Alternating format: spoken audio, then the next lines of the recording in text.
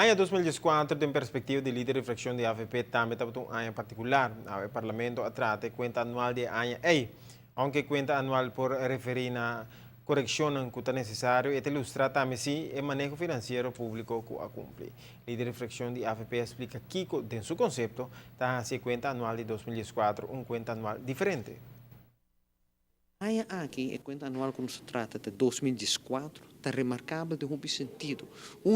Etapa é área com o pressuposto, o governo gasta menos que está punido em pressuposto. Isso é o resultado final.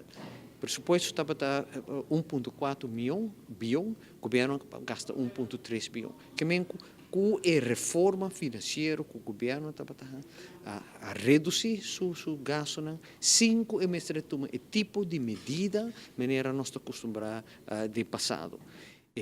Então, é importante para é área que o governo holandês ha decidido intervenir no pressuposto, aguante pressuposto para luna na largo. É área que não violar a Constituição, o Estatuto, a autonomia de Aruba e obrigar o governador para fazer algo que não estava correto. No fim de área, Raad van Advies, Raad van State, a esquibi que o que Holanda estava ilegal, incorreto. Pero ele afeta a economia e finanças de Aruba, sim.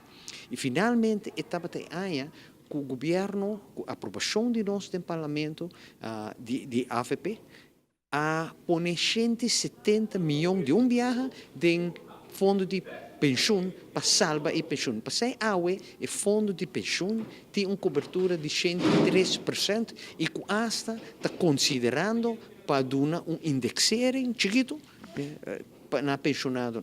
Que nós estamos com o manejo financeiro. Contrário na tua história negativa, com a oposição, com o MEPTIN, está gasta menos, não está tomando o tipo de medida maneira MEP está. O que nós fazemos é que estava sendo difícil de nossa relação com a Holanda, que toch nós põe 170 milhões e a pensão agora salvar. Que a conta anual aqui, o tipo de conta anual que tudo faz administrativo ainda, pero que está mostra bom com o manejo financeiro está progressando.